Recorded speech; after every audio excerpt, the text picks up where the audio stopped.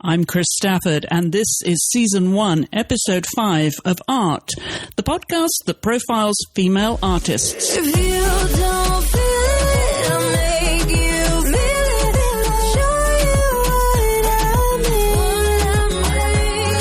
If you don't feel it, I'll make you feel it. I'll bring you to your knees. If you follow me. Hello and welcome if you're just joining us for the first time. This is the podcast where we get up close and personal with female artists from all mediums across the US and around the world. We dig deep into their background, how they got started, their inspiration and aspirations, their mediums and muses. The purpose is to shine the spotlight on women who have historically been kept hidden behind the easel. We explore the female gaze and how it translates to art. My guest this week is Jess Firshein, an amateur artist from Rockville, Maryland. A parent of 2 young children, Jess is an executive with the global tech consulting company Accenture. While her artwork is often a meditative exercise, she does not have the luxury of a studio in which to paint. Instead, she uses a corner of the kitchen counter and finds a few moments here and there to paint or sketch. Her preferred mediums are acrylic, charcoal and gouache, in which she captures beautiful still life impressions and figure sketches. She says her still life is an extension of real life, and she finds inspiration around her home and even in the fridge. As a child, Jess was doing a ton of art, which later turned into doodling at work. Nowadays, Jess shows her work on Instagram and enjoys engaging with a global virtual art community. Jess, hi, welcome to the program. Thank you so much for joining me. Thanks, Chris. Glad to be here. I've been watching you on Instagram, as you know, for a little while now, and I really do love your work. And I was amazed when you told me how you managed to fit in your art with daily life. Just give us a snapshot of what a day in the life of Jess Firshein is, for starters. First, thank you so much. It's really kind. I really enjoy making art.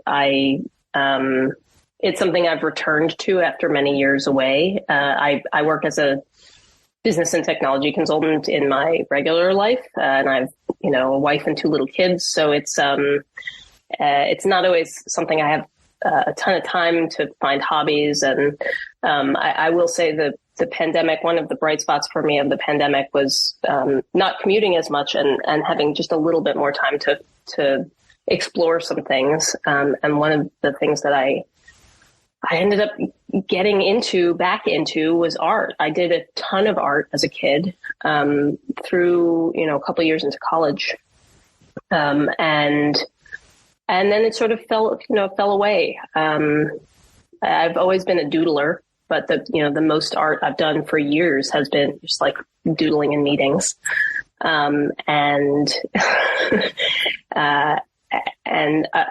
it's sort of it's a little quirky. My older son had a birthday party at one of those paint your own pottery places a year and change ago, and I was like, wow, this is more fun than I remember. And I went and bought some paints and I just started painting. And then a few months later, I said, I got to start tracking what my art is. I got to start putting it somewhere so I can keep track of it as I make piles of it. Cause I just suddenly started painting almost every day. And so I decided to start an Instagram. And that was March of last year. So it's been just over a year on Instagram. And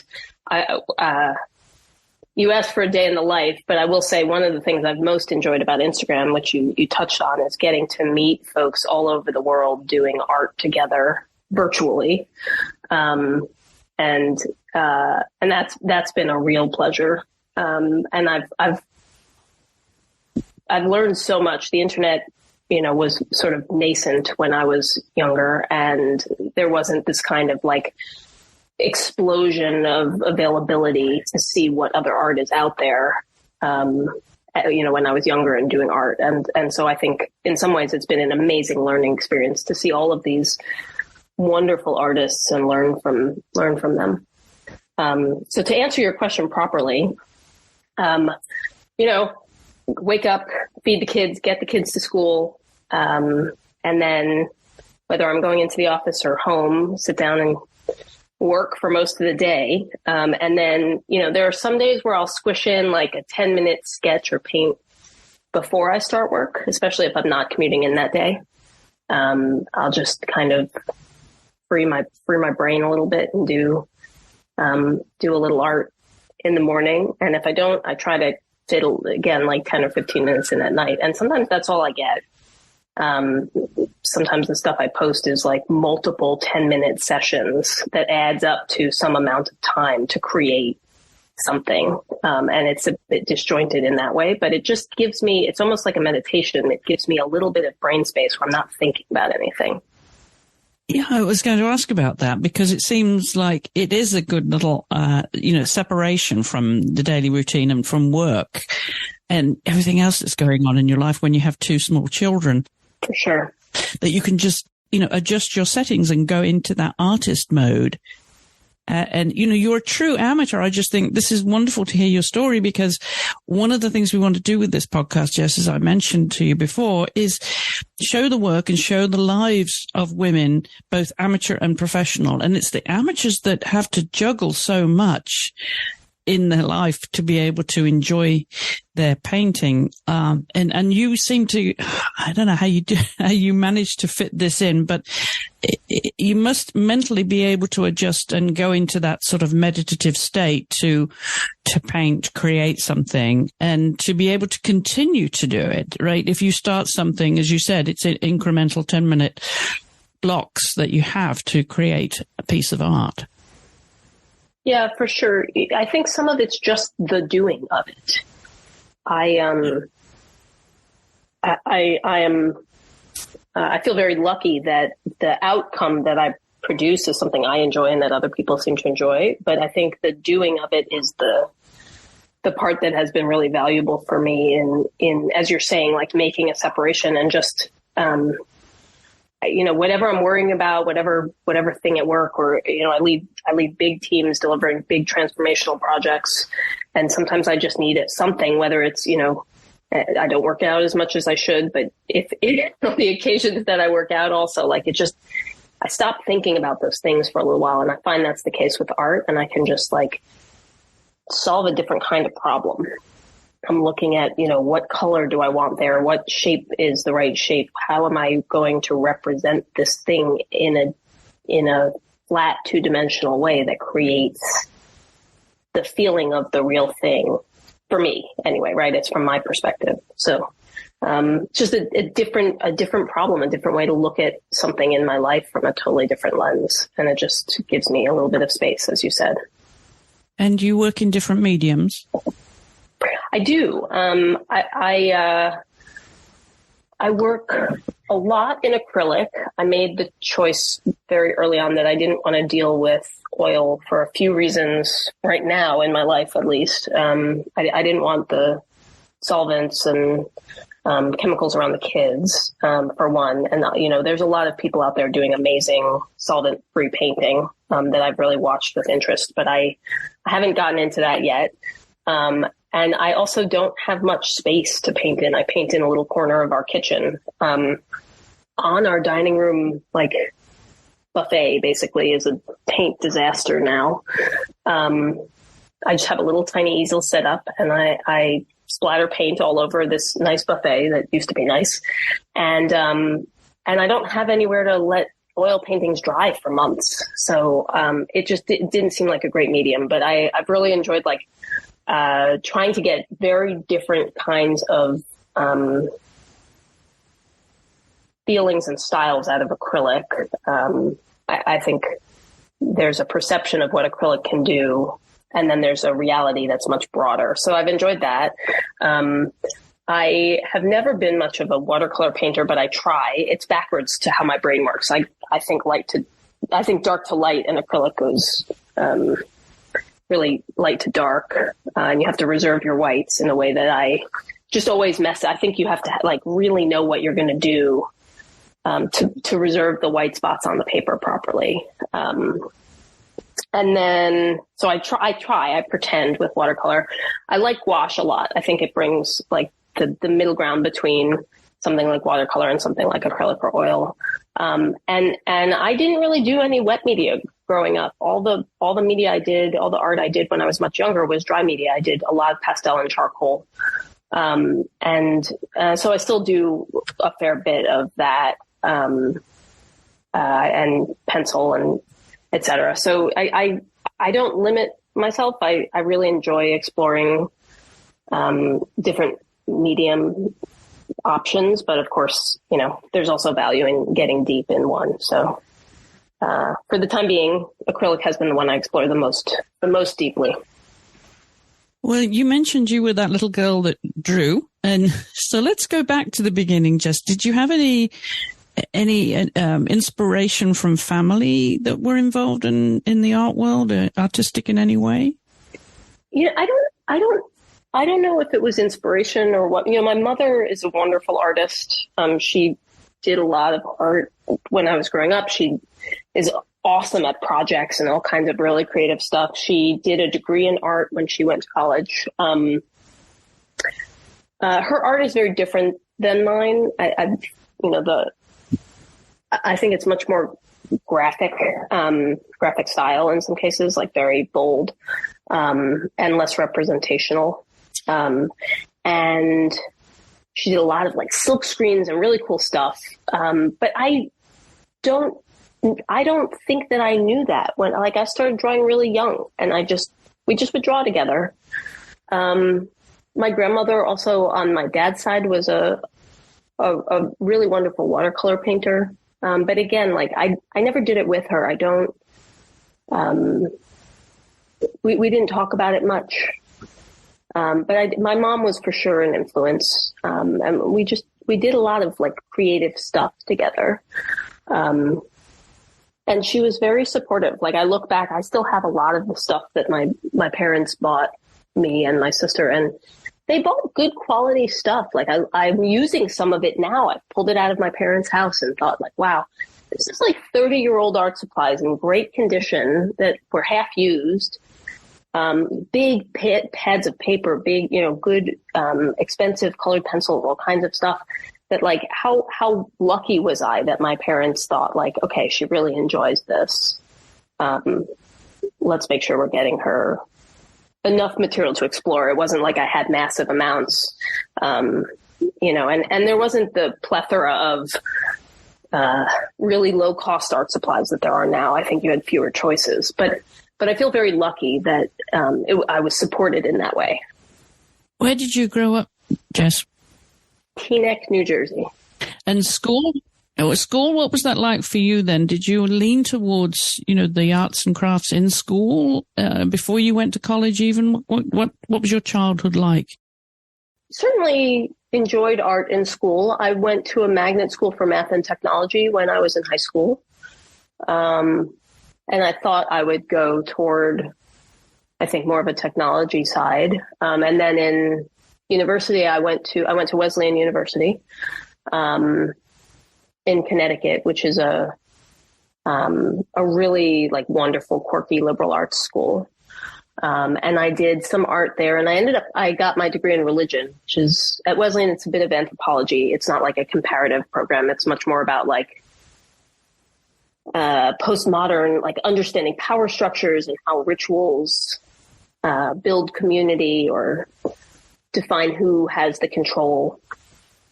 And it was intellectually very interesting, and then I didn't know what I would do with my life from that. And I thought about doing an art degree there, but it didn't really stick for me. It just has been like a theme throughout my life that I really enjoy the creating process. And it has come and gone, when I was younger, it came and gone frequently, but then it disappeared for a long time. I did a little art after I graduated college. In Manhattan, I reconnected with an old art teacher who also taught at Pratt, and went to a couple of her figure drawing sessions, and I'm still in touch with her. But but I really didn't do much after that. What did you do after college, Jess, work-wise? I worked for a study abroad program for a couple of years, and I enjoyed the people I met, but it wasn't really the area I necessarily wanted to be in. It wasn't the work I wanted to be doing, and I had a friend who worked at a big consulting company that I didn't know what they did, but it sounded more interesting than what I was doing. And I applied through her. She referred me, and I have been working at that same company for 17 years. I should say almost 17. And which company is that? It's a company called Accenture. It's a global technology and consulting company. Yeah. So I've really enjoyed the work. I do a lot of mission-focused work. I work with, I started my career in state and local government work. I work in our federal practice now. And I work with wonderful people. And I think we support amazing missions, helping citizens and good government provide the kind of services that are needed. I've been very lucky. And it's giving you, obviously, a livelihood. So I'm wondering, though, is there a point at which you want to withdraw from, that kind of professional life and spend more time with your art? Do you think there come a point where you could be self-sufficient with your art? I would love to figure out how to sell art more effectively. I've sold a few pieces. My initial thought was like, if I could sell enough to sustain the hobby, that would be a great starting point. I don't have necessarily a goal of becoming a full-time artist. Although I joke with some family that I'm ready to retire. I bake bread, I garden, I paint. I'm ready to, I have all my retirement hobbies ready. I'm all set. But I feel really lucky that the job I do for me has a lot of meaning. I like I said, I love the people I work with. I enjoy the work. I think, at some point, sure. I don't see stepping back from my current career anytime soon, but I would love to supplement that with, a more, I don't know what the right word is, like a more, robust art presence, perhaps. Now, we develop an eye and a style in our artwork, Jess, and I'm wondering what elements of your personality you bring to your artwork. How do you see the world in art through your own personality? That's an interesting question. One thing I joke about with a couple of friends, including some folks on Instagram who I met through art, is that I can never seem to put the thing down. It's never quite done.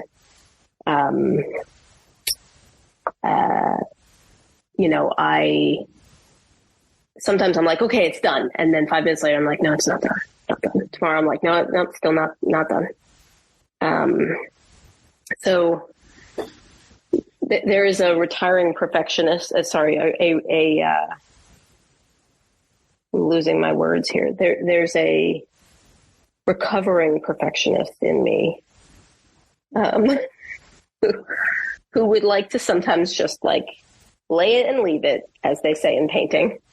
And I struggle with that a bit. I think that from a style perspective, I soak up a lot from the world around me. And so I find that I don't necessarily have like one style, because I feel very responsive to my subject. I see a lot of people in the art world who have like a style, almost like a brand.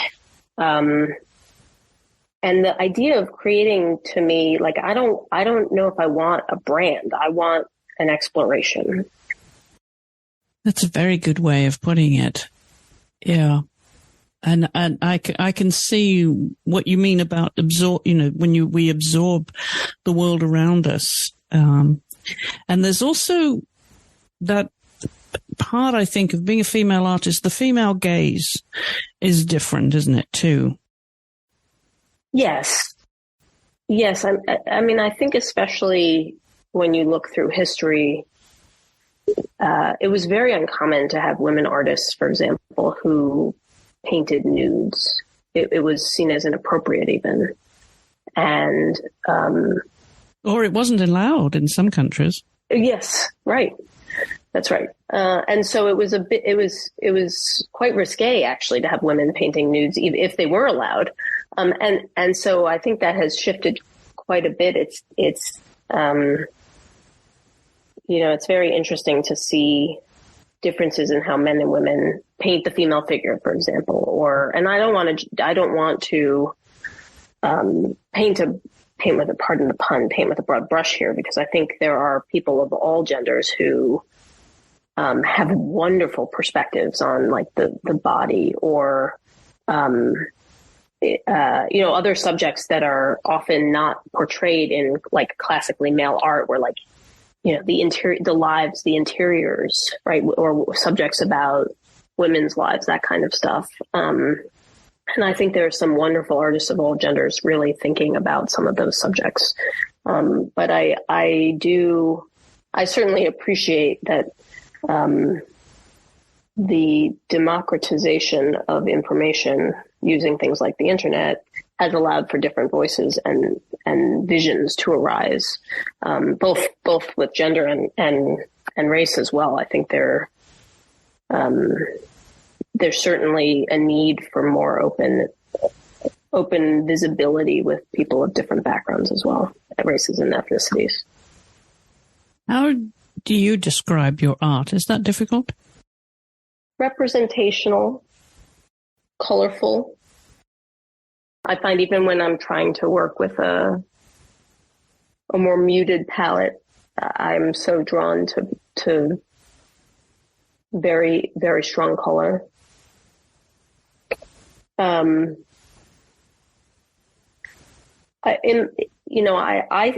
opinion is there's no ugly subject. I think there's amazing art made from very humble origins. And I hope that my appreciation for my subject comes through in my art. And my enjoyment of looking at something and creating something from it. And what kind of art do you enjoy looking at yourself? If you'd go to galleries, are the masters out there that you have been inspired by? Who are your favorites? Sure. The Impressionists, the Expressionists, I think are some of my strongest loves. Some of the much older classical masters are amazing, but they don't necessarily speak to me the same way. But some of the way that the Impressionists started to talk about light and the language of light, and broken color and the emotion went beyond the thing itself and represented something more. Like some of the classic ones, Sargent, and I've always really liked Mary Cassatt. I'm trying to think.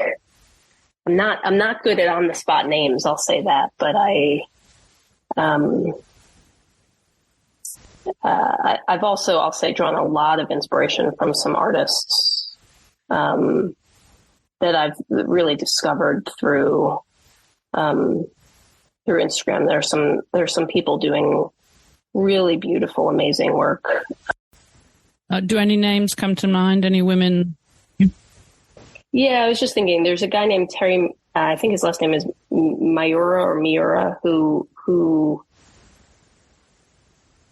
he captures such simple shapes that tell an incredible story.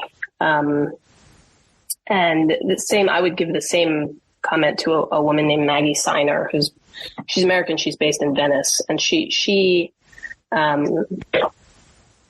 she uses, like, it comes across so simple, but it's so expressive. And often it's very simple, like whites or light colors with a simple focus on a very bright object, like a shirt draped over a chair or a pile of oranges or something like that. That is like a burst in a sea of just a rumpled cloth. And I think her work is really stunning. And I don't know if you know Julian Marot-Smith, who is French, and he does a daily painting that like represents the season of the movement of the seasons. He's like painting to document almost like his life, and a lot of it's around food or what produce is available at that time of the year. And his work is softer and a bit more complex, and just really so incredible to me. So are these styles then that have inspired you and influenced you in some way with your drawings and paintings? For sure. I mean, these are people who are masters, and certainly influence me, and I aspire to work like that. Now, what do you look to achieve then when you're painting? And obviously it's a process, Jess. I'm just curious, when you start a painting, do you have a roadmap in mind, or do you let it take you down the road? I would say I try to let it take me down the road. When I find myself thinking about what the end should look like, I almost trip myself up. Sometimes it ends up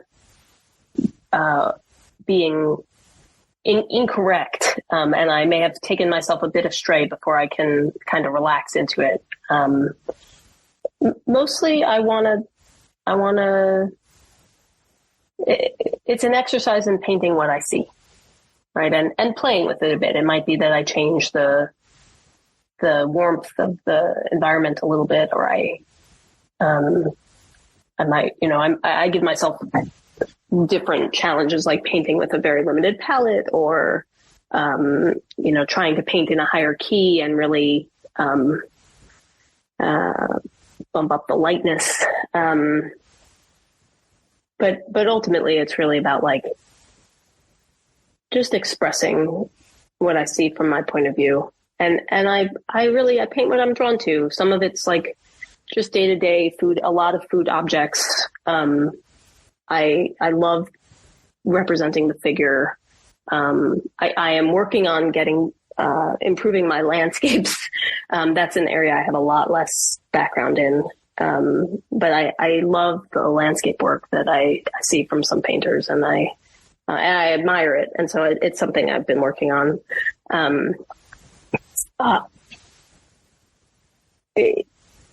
Some of it's just an exercise, really, in like representing the thing in front of me. Which mediums do you find the most fun then, or does that change depending on your mood? Because I see some of your sketches and drawings, and they're just divine. And you might post a few of those, and I think, oh, you're in that frame of mind right now. That's what you're spending your time with. And then you'll do a painting. I'm just wondering which you find most fun, or just does it depend on the day and the mood? The latter. I do try to work a little bit in sequence. I really admire artists who can paint like the same subject 20 times in a row. I don't work that way. I haven't.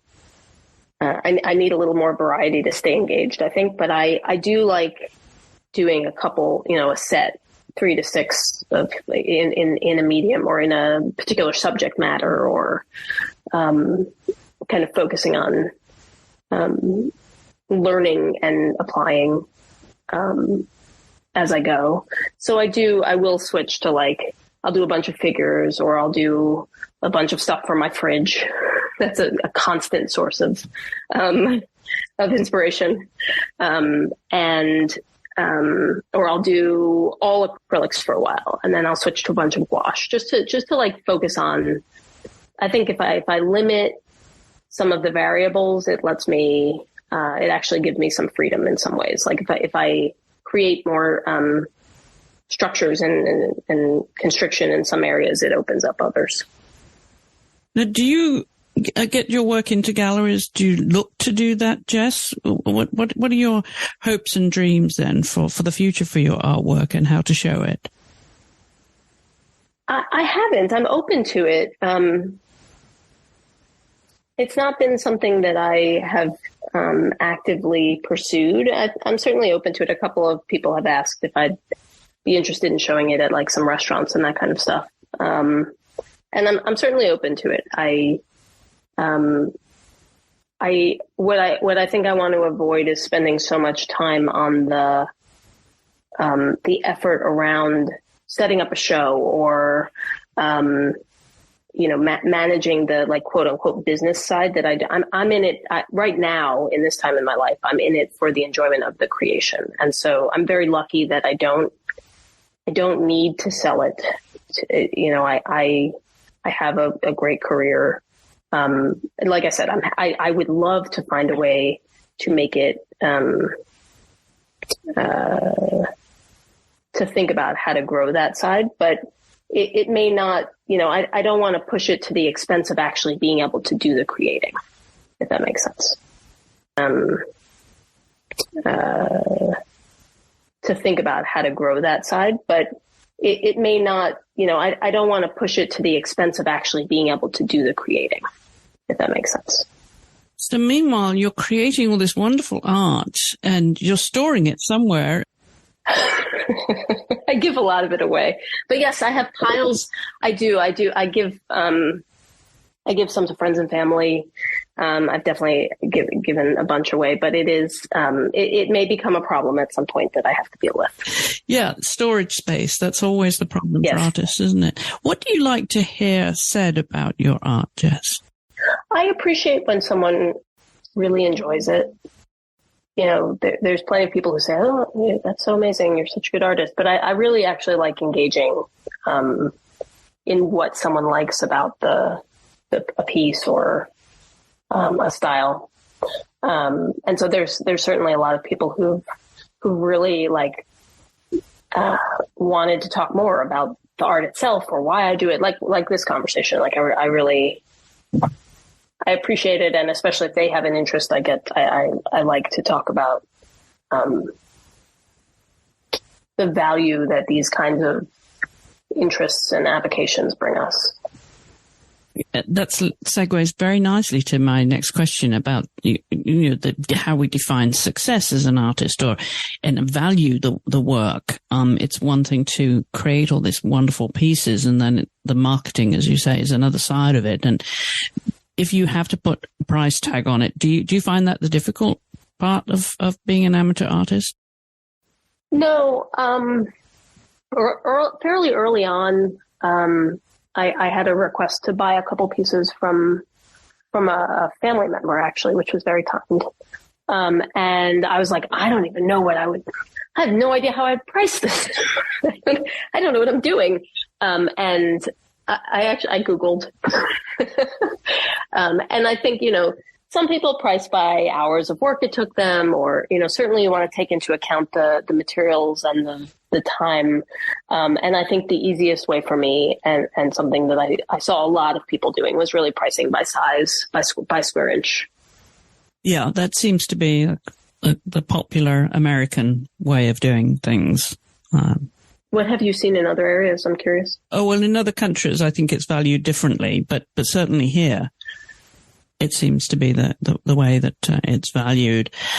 And I'm just thinking with all this work that you're gathering and you're storing somewhere, Jess, eventually, when you get closer to your retirement, and then you'll have such a body of work that you'll be in a different place, but I would imagine you'll also have a reputation by then, and you're creating your own legacy as an artist, because I can't imagine this is going to be, just left in the basement, all this artwork, so to speak, because it's so good. I hope not. I hope not. At least I enjoy sharing. I do enjoy sharing it, and I've been happy to give a lot of it away. And I appreciate that. I don't know that I hold much like stock at this point in like developing a big reputation, but it would certainly be quite fun. But my niece loves art, and just the chance to sit with her and show her some art and talk to her about like how I figure out where the shadow goes, and even that feels pretty special sometimes. So I was going to ask you if you've influenced your own children, if they're following your instincts. They love to paint with me. We set up our easels, we pour out their paints, and we all just sometimes sit there and paint. It's quite fun. They make a big old mess. I'm sure they do. Do you feel the need to, if you were to further your education in art, the need to go to workshops and things like that, Jess, as you grow as an artist and eventually maybe spend more time with it? Do you think that's an important part of being an artist, is to attend workshops and classes? I do, and then I don't attend them. So I'm not at a point with little children. I'm really not at a point in my life where I can, go to Provence for a week and go take amazing workshops in plein air. I have made do with some online classes and lots of YouTube videos. And sharing notes with artists. Again, like I've just met some really wonderful people on Instagram. Sometimes you just strike up a conversation and it turns into something like this, right? I for years, I moved to Maryland a little over 8 years ago, and less than a mile from us, there's a wonderful community art center that has some classes. Quite a lot of classes, a lot of ceramics, and some drawing and painting, and certainly further away there are others. And I kept thinking, wouldn't it be nice to go to a figure drawing class again? It's been 20 years. And then I did it recently. I went to a couple in March for the first time in 20 years. And it was lovely just to be in the room. It was really terrific, and I look forward to doing more of it. You have time to go to galleries. I know you live near DC, and we have lots of galleries there. Do you have time for that now? Not a ton. My kids are maniacs. They're wonderful chaos goblins. So it's not like we, can easily bring them to very serious art shows or galleries, but we've taken them to some more kid-friendly stuff, and then my wife and I have occasionally taken like both of us a day off of work and gone to see an exhibit. We went to see the Kusama in the fall. That was in DC, and we went to see what else? The Hirshhorn the Kusama was at the Hirshhorn. That was it was very, very modern. That was great. We periodically will go to the National Portrait Gallery, that kind of stuff. It just doesn't end up being the number one thing, because weekends are usually a lot of play dates and playgrounds and that kind of stuff. And all of that, of course, takes you away from being the artist that you are. I think it's amazing how you juggle everything. Thank you. And produce such amazing work, Jess. No, truly. That's really kind. Thank you. It doesn't take me away as much, because art is life, right? Like, we are all creating our lives. I wouldn't want to be holed up by myself away from my family all the time, because some of my art is from my life. So I want to spend the time and have all, as many of the experiences as possible. But I do. I it's fun. Sometimes on a Sunday morning, we'll all be sitting around. They'll watch some TV, and I'll just sit there and paint. So that's always lovely when we get a little bit of chill time. And does your wife paint? Does she do any artwork at all? Do you share that? She doesn't, but she writes, and she is in the process of writing a book about a female artist, female artist living in Germany. She was not German born, who was killed in the Holocaust.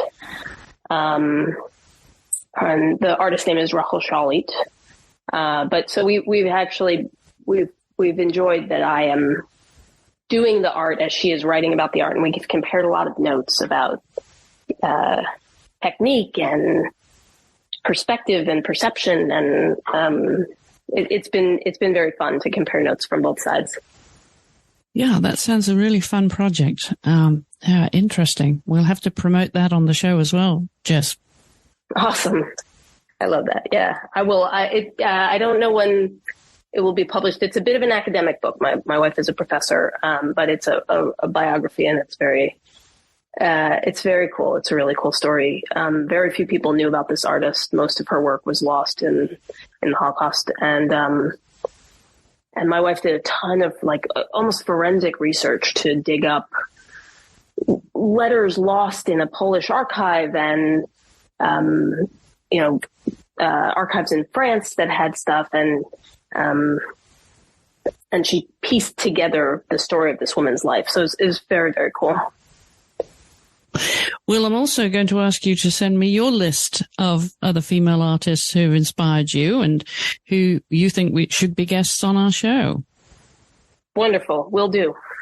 And you're also going to send me your playlist too, because we put that in the show notes. We always like to hear what the artists are listening to when they're working at their easel. So mine is highly varied, so I'll have to think about how to curate for you. Fantastic. Jess, it's been lovely to have you on the show. Thank you so much for taking the time. And before I let you go, just remind everybody where they can find you on social media. Oh, thank you. Yes. My Instagram is Jess F Paints. I'll tell you honestly, if you want to laugh, I also have Jess F Artwork, which spells Jess Fartwork, in case you were wondering. I had to just reserve it just to hold it, but it just has a link to my regular one, which is Jess F Paints. So thank you. It's been great chatting, Chris. Absolutely. Well, thank you so much, Jess, and do continue to get, to take over the dining room table, whatever it takes to keep painting and sketching and enjoying your artwork, because it's beautiful. Thank you so much. And we'll have a link to Jess's social media in the show notes with this episode, and also to our social media. We're on Instagram and Facebook. On Instagram, you'll find us at the AART Podcast. That's the AART Podcast. And on Facebook, it's Hollowell Studios, where you can also leave your comments, questions, and suggestions. We'd always love to hear from you. And if you have any suggestions for guests or any female artists that you've admired over the years, please do drop us a line to hollowellstudios@gmail.com. And whilst you're listening to this podcast, please do leave us a 5-star rating and review on Apple Podcasts, because it does help others to find the show. Thank you again for listening, and I hope you'll share this with others you think may enjoy the show. I'll be back next week when my guest will be representational artist Susie Baker.